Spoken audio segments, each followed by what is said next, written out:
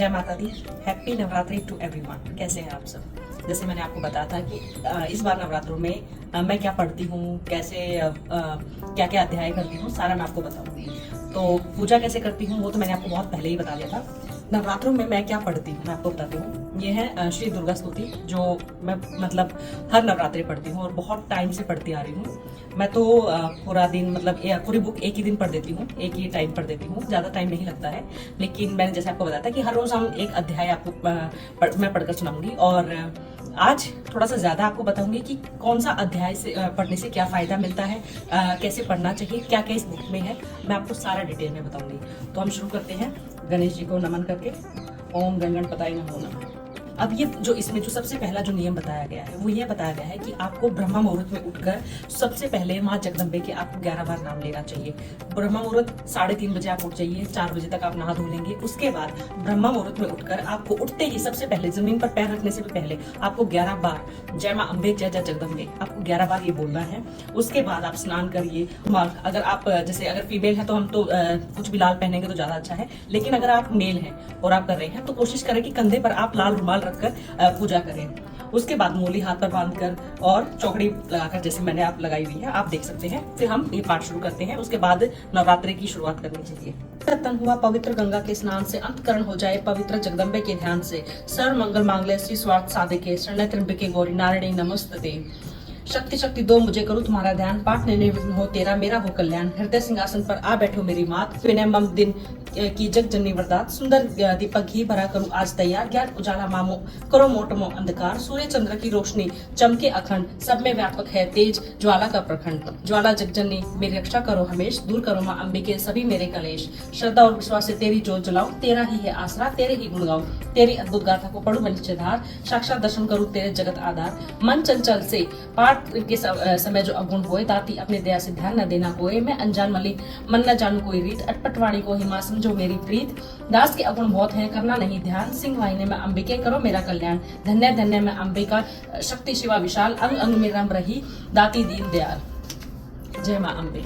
ये जो मैंने अभी पढ़ा है ये पाठ अध्याय शुरू करने से पहले आपको डेली पढ़ना है। अगर आप जैसे एक एक अध्याय कर रहे हैं तो ये आपको डेली पढ़ना है। इसमें हम नम्न कर रहे हैं, माँ से माफी मांग रहे हैं। अगर हमसे कोई पढ़ते समय कोई शब्द इधर उधर हो रहा है या कोई हमसे कुछ गलती हो रही है तो उसमें हम माफी मांग रहे हैं। जैसे मैंने इसमें आपको पढ़ के सुनाया कि ये जो मिट्टी का तन है ये अगर हम पवित्र जैसे हम शुरुआत करते हैं तो गंगा जल का हमें छींटा लगाना है, उससे ये पवित्र हो जाता है। जगदम्बे के ध्यान से हमारा जो त्रिनेत्र है वो खुल जाता है और उनको याद करके हम अपना ये पाठ शुरू कर रहे हैं। आपको बताऊंगी कि दुर्गा कवच, जैसे मैंने मेरे पॉडकास्ट वगैरह पे बताया कि दुर्गा कवच अगर आप नवरात्रों के अलावा वैसे भी आपको डेली पढ़ना चाहिए। इसमें आपको पता चलेगा जब मैं पढ़ूंगी कि कैसे हमारे हर रोम में एक देवी है और कैसे हमें वो प्रोटेक्ट कर रही है, कैसे अगर हम उन्हें डेली पढ़ रहे हैं तो हमें क्या फायदे मिलते हैं, कैसे हमारा ऑरा स्ट्रांग होता है, कितने मतलब मैं बता भी नहीं सकती कितने फायदे हैं। तो अभी मैं आपको दुर्गा कवच पढ़कर सुनाऊंगी। मैं ऐसे करती हूँ, मैं पढ़ूंगी और आपको मैं इस पहले पढ़ूंगी, उसके बाद मैं आपको एक आम भाषा में हिंदी में मैं आपको आराम से समझाऊंगी। वैसे भी ये हिंदी में है बट मैं आपको थोड़ा क्लियर इसमें कर दूंगी।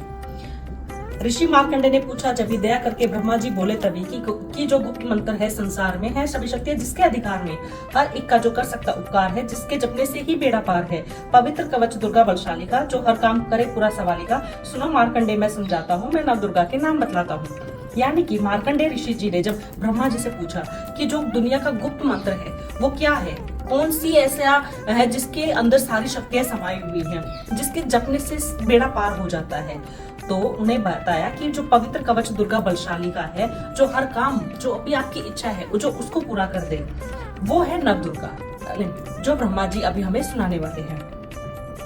कवच की मैं सुंदर चौपाई बना, जो अत्यंत है गुप्त देव बता।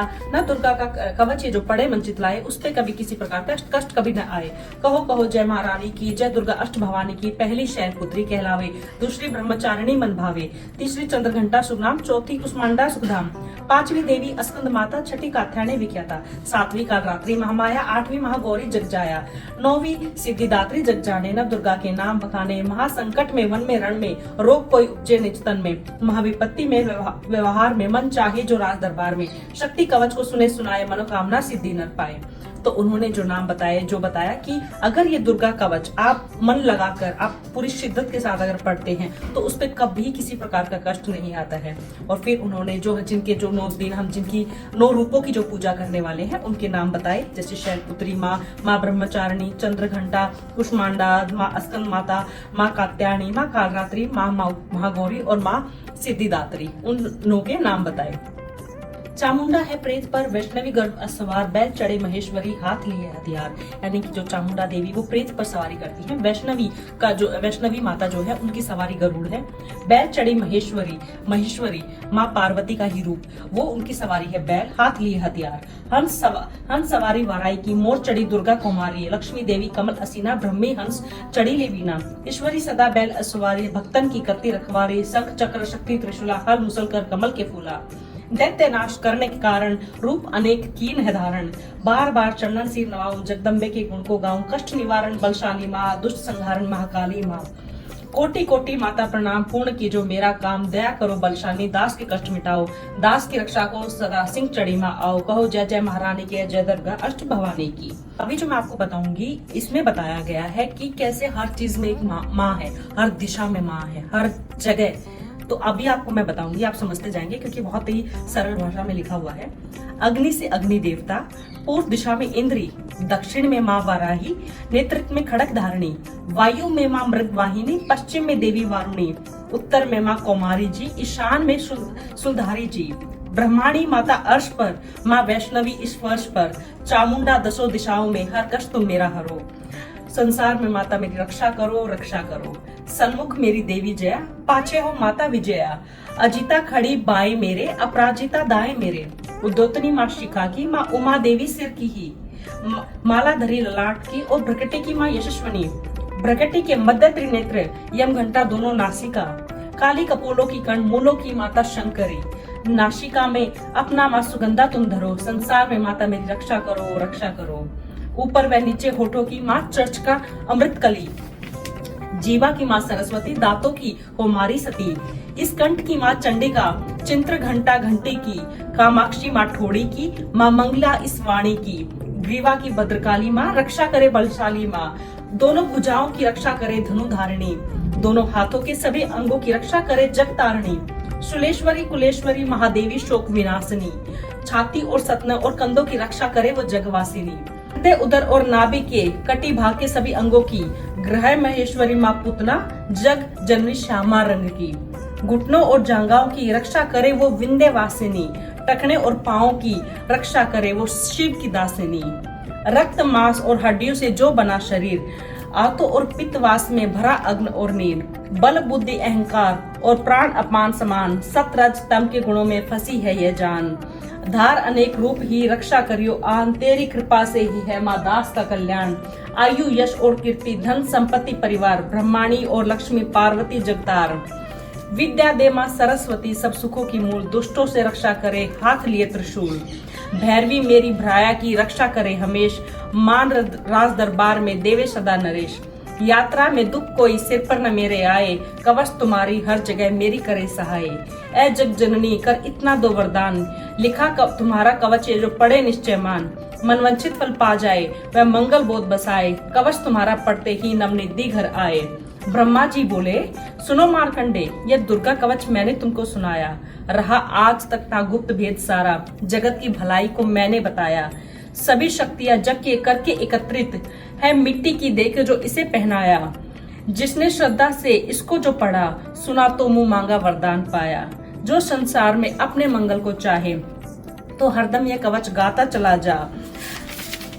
बियावान जंगल दिशाओं 10 में, तू शक्ति की जय जय मनाता चला जा। तू जल में थल में अग्नि पवन में, कवच पहनकर मुस्कुराता चला जा। निडर हो विचर मन जहां तेरा चाहे, कदम आगे बढ़ाता चला जा। तेरा मन धनधाम इससे बढ़ेगा, तू श्रद्धा से दुर्गा कवच को जो गाए। यही मंत्र यंत्र और यही तंत्र तेरा, यही तेरे सिर से है संकट हटाए।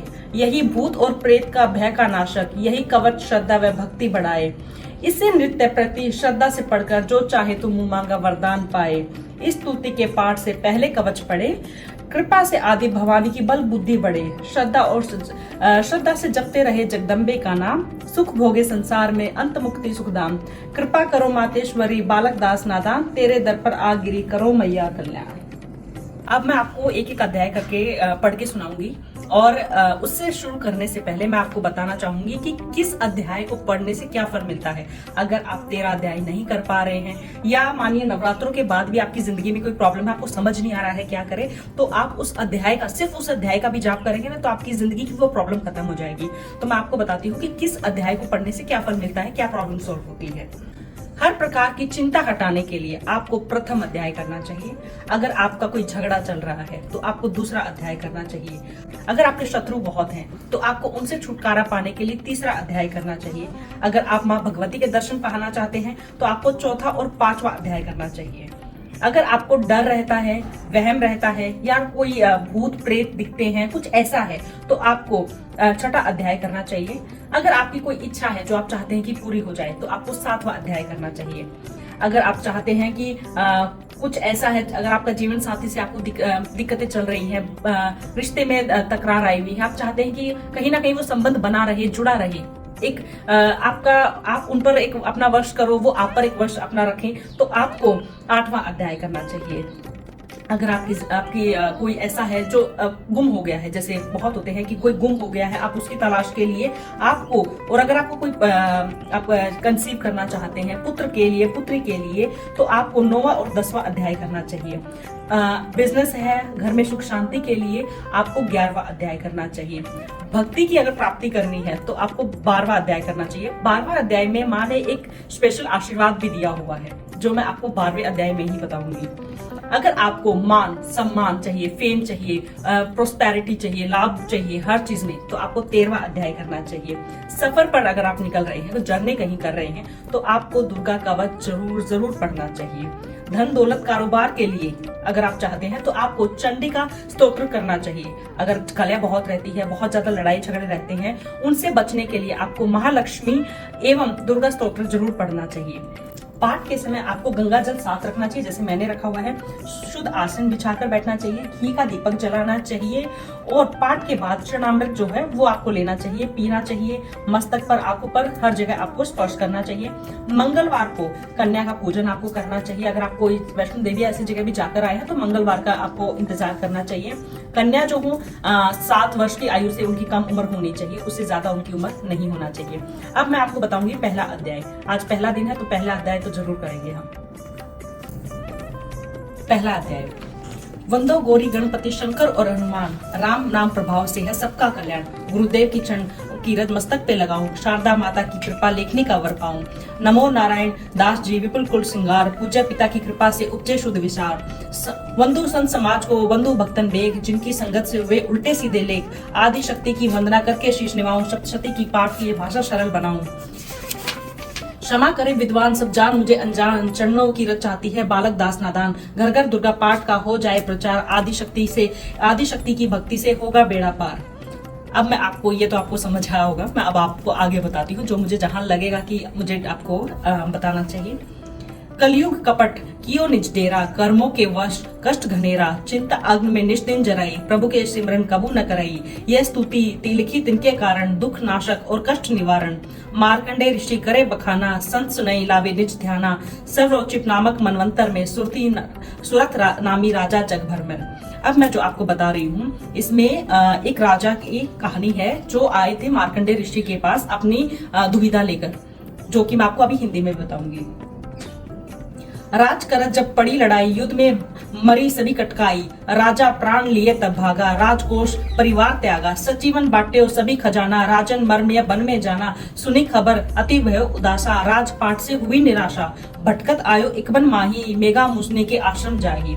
यानी कि जब उनके राज्य पर लड़ाई छिड़ी तो सब कुछ खत्म हो गया था, तो राजा अपने प्राण बचाकर सब कुछ त्याग कर, सब कुछ छोड़कर वन में आ गए। जब वो वन में आए तो उनको जो है एक मुनि का आश्रम मिला, जहां उन्होंने अपनी विपदा सुनाई। मेघा मुनि के आश्रम था कल्याण निवास, रहने लगा सूरत बनवास संतन का दास। एक दिन आया राजा को अपने राज्य का ध्यान, चुपके आश्रम से निकल पहुंचा वन में आन। मन में शोक अति उपजाए, निज नैन से नीर बहाए, परम पिता अति दुख लागा, अपने आप को जान अभागा। मन में राजन करे विचारा, कर्मन वश पायो दुख बारा, रहे न नौकर आज्ञाकारी, गई राजधानी भी सारी। विघ्न मोए भय विपरीता, निश्चिन रहूं विपन भयभीता, देव करोगे कबूर सहाई, काटो मोरी विपदा सिर आई। सोचत सोच बरह भुवाला, आयो वैश्य इकते ही काला, तीन राजा को कीन प्रणामा, वैश्य समाधि कहियो निजनामा। मेघा मुनि के आश्रम जब वो चले गए तो वहां उनको उनके दास बनकर वो रहने लगे। तो एक दिन राजा को अपने राज्य का ध्यान आया कि जो मैं सब छोड़कर आया हूँ, जो वहां पे नौकर भी मेरे आज्ञाकारी थे, सब उनको वो याद आने लगा कि अब तो नौकर भी आज्ञाकारी नहीं रहे, राजधानी भी गई। तो उनको वो चीज बहुत ही कहीं ना कहीं तकलीफ दे रही थी। तो उन्होंने मार्कंडेय जी से बात की। राजा कहे समाधि से कारण तो बतलाए, दुखी हुए मन मलिन से क्यों इस वन में आए। आह भरी उस वैश्य ने बोला हो बेचैन, सुमरिन कर निज दुख का भर आए जलनैन। वैश्य कष्ट मन का कह डाला, पुत्रों ने है। अभी क्या हुआ कि वैश्य एक आम आदमी भी वहां पर आ गया, जो परिवार से कहीं ना कहीं दुखी था। तो जब वो आया तो उससे राजा ने और उन्होंने पूछा कि आप क्यों आए हो। तो उन्होंने बताया, वैश्य कष्ट मन का कह डाला, पुत्रों ने है घर से निकाला, छीन लिया धन संपत्ति मेरी, मोरी जान विपद ने घेरी। घर से धक्के खा वन में आया, नारी ने भी दगा कमाया। संबंधी सज्जन सब त्यागे, दुख पावेंगे जीव अभागे, फिर भी मन में धीर न आवे, ममता वश हरदम कल पावे। तो उन्होंने कहा कि पुत्रों ने भी घर से निकाल दिया और जो धन संपत्ति थी वो भी मेरी ले ली, धक्के खा के वन में आए हैं। और जो उनकी नारी थी, जो उनकी वाइफ थी, उन्होंने भी उनका साथ नहीं दिया। जितने भी रिलेटिव्स थे, जो भी संबंधी थे, उन्होंने भी साथ छोड़ दिया। तो उन्होंने कहा उनको दुख मिलेगा। एक मन से हाय भी निकली, लेकिन फिर भी उनको दिल से नहीं निकाल पाए, कहीं ना कहीं ममतावश उनको जकड़े हुई थी।